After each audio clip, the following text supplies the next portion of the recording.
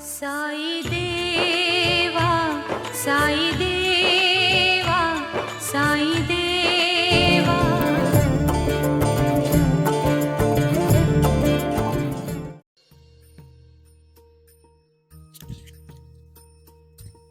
భగవంతుడు అత్యద్భుతమైన మేధస్సును మనిషి మెదడులో నిక్షిప్తం చేశాడు. ఈ మేధను ఉపయోగించి ఎన్నో అద్భుతాలను సాధించడం మన వంతు. మన అనుభవాలు, తెలుసుకున్న విలువైన మాటల సారాంశాన్నంతటినీ, అది మంచి కానీ చెడు కానీ, జాగ్రత్తగా మెదడు పొరల్లో భద్రపరుచుకొని తగిన రీతిలో ప్రతిస్పందించేటట్లు శిక్షణనివ్వాలి. మన మెదడులో అత్యద్భుతమైన మేధస్సునుంచిన బాబా ఎంత గొప్పవారో గుర్తించి మనం త్రికరణ శుద్ధిగా సద్గ్రంథములు పఠించి వాటి సారాన్ని గ్రహించాలి. గ్రంథ సారాంశాన్ని శ్రద్ధగా మననం చేసి బుద్ధిలో నిక్షిప్తం చేసుకోవాలి. సందర్భానుసారంగా బాబా ఉపదేశాలను, ఆదేశాలను మనం ఆచరణలో పెట్టాలి. అప్పుడే ఆ గ్రంథం చదివిన దానికి సార్థకత.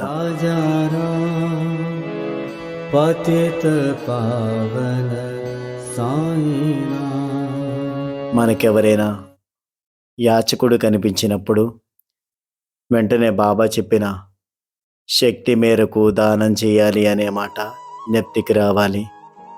ఆ దానం వల్ల కలిగే సంతృప్తి ఎలాంటిదో అనుభవిస్తూనే తెలుస్తుంది.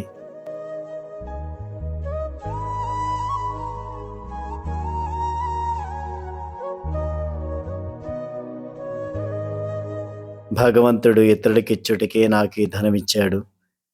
ఈ ధనానికి నేను కేవలం ధర్మకర్తనని ప్రతి ఒక్కరూ గుర్తుంచుకోవాలి.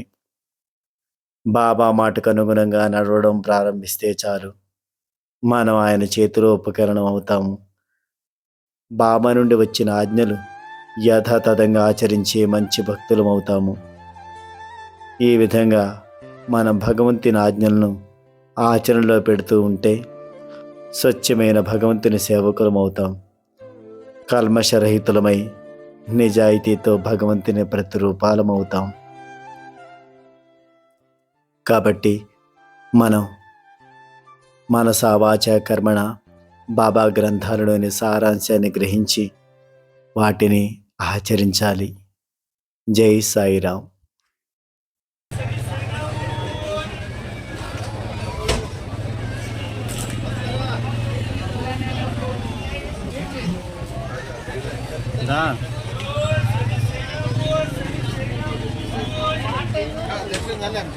सेनापुर जाना भैया, सेनापुर।